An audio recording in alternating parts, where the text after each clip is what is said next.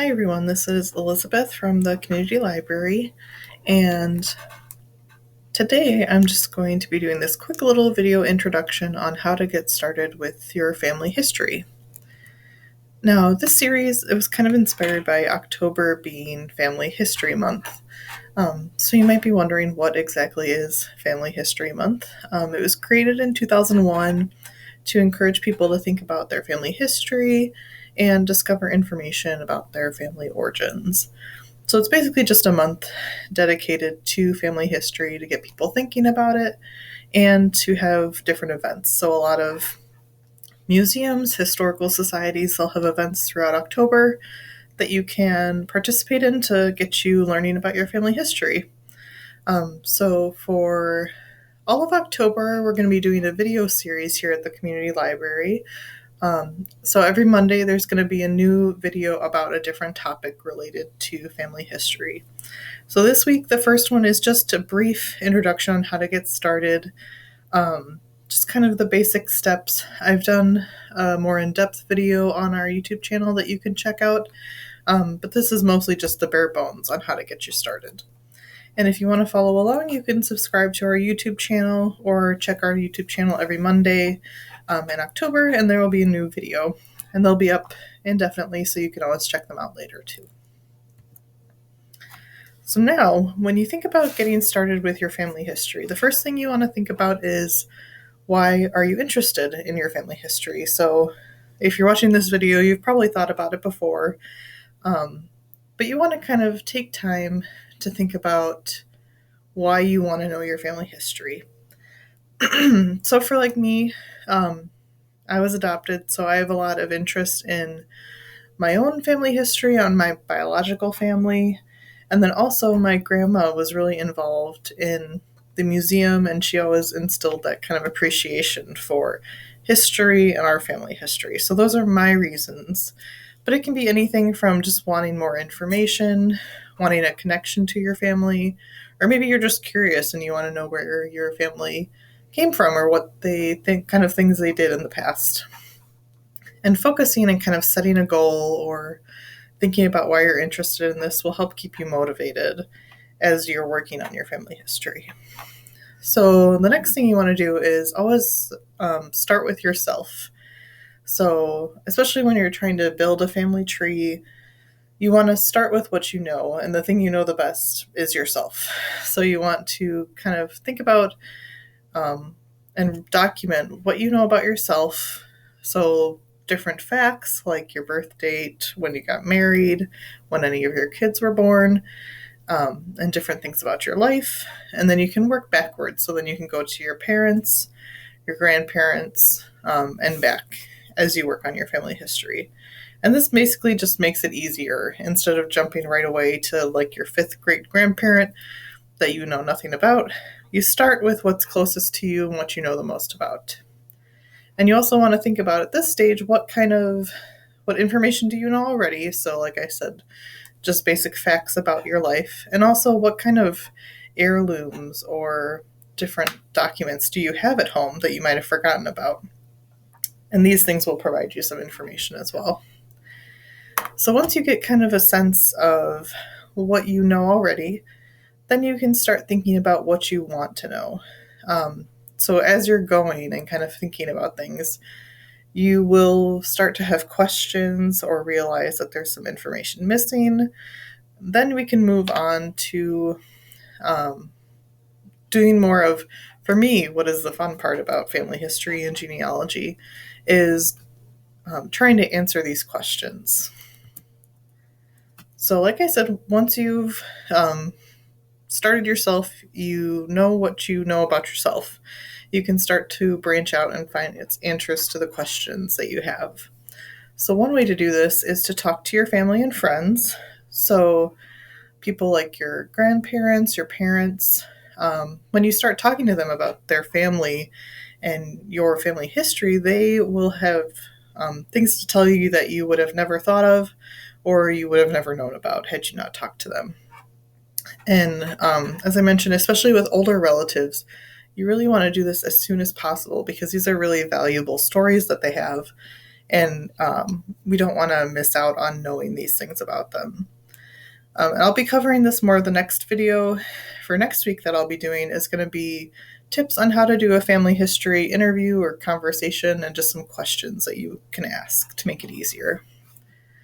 You can also see what you have at home. Like I said, you want to look at what heirlooms you have or what your parents might have, and make sure to document what information is in those things. So it can be things like birth, marriage, and death certificates.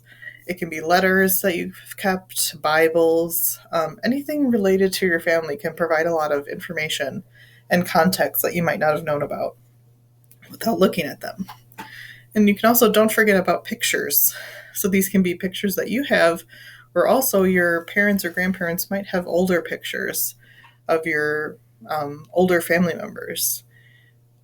One thing to think about when you're looking at these pictures is, do you know who everyone is? Sometimes you'll see a picture and not know anybody.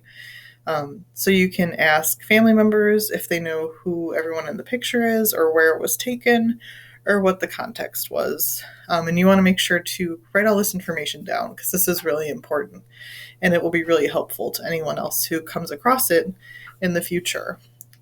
And then the last thing that you can do, so once you've talked to everyone, once you've kind of seen what you have, you might need to search for information that nobody knows. Maybe there's just something that you're interested in that nobody knows the answer to. Or you might need to verify a fact that someone told you. Like maybe it's a story that grandma's telling and you just don't know if it's true. You can try and research it to figure out what resources you can find that verify their story. So a lot of, there's really just a ton of resources, and it can be really overwhelming. But if you use things like Ancestry Library Edition, which we have a link to on our website, or other family history websites like newspapers, you can start to verify any information you've been told. And you can use newspaper articles, and things like census records can give you a lot of information. The last step of getting started is really just talking with others about family history. So this is another really fun part. Doing genealogy and family history stuff by yourself can get kind of boring. And sometimes you find you're telling your family members about this exciting thing that you found, and they are not interested. So it really helps to get connections with people who are also interested in family history. So, for example, at the community library here, we have a genealogy networking group. So this is a really casual meeting. That's usually about an hour, and we just talk about what we're researching and give tips and tricks. And right now it is in person and virtual.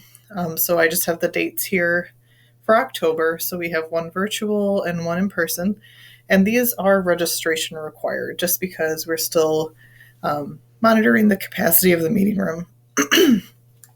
But you feel free to come and see what it's like. Another great resource for finding people that are also interested in family history is local historical societies. So pretty much any town or city will have a historical society, but just locally here, I have the Western Kenosha County Historical Society, which is based in Trevor.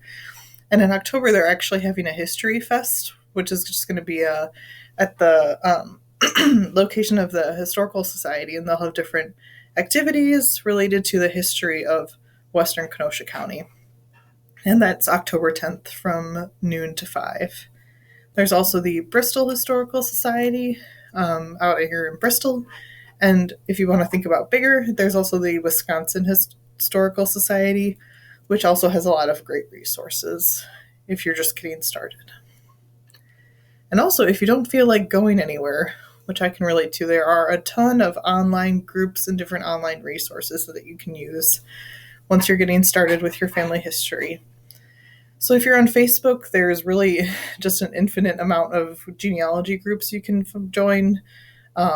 If you just search for genealogy and filter to groups, it'll give you a whole list. There's groups for different countries. So if your family is from a specific country, there's groups for that. There's groups for like Wisconsin genealogy, lots of different things and tips for DNA, all that fun stuff. So that's also a great resource if you're needing advice on different things. You can try and join a group. And also online, there's a lot of resources in terms of people who are also interested in family history. So there's different blogs, so people who write about their own research, and there's also webinars that you can watch on how to get started. But I will say, this is kind of cheesy, the most important thing is that you have fun with it. Genealogy and family history research can be pretty overwhelming at times, but you want to make sure that you're enjoying yourself. If it starts to get annoying or you're just not feeling into it, just take a break and then you'll be able to continue later on when you feel more interested. And that is all I had today. Like I said, it's a pretty quick introduction, but at least hopefully it'll get you started. And like I said, next week we're having a video on how to do a family history interview and different kinds of questions on how to ask and do an interview. So I have our contact information there. Feel free to email me if you have any questions, and thanks for watching.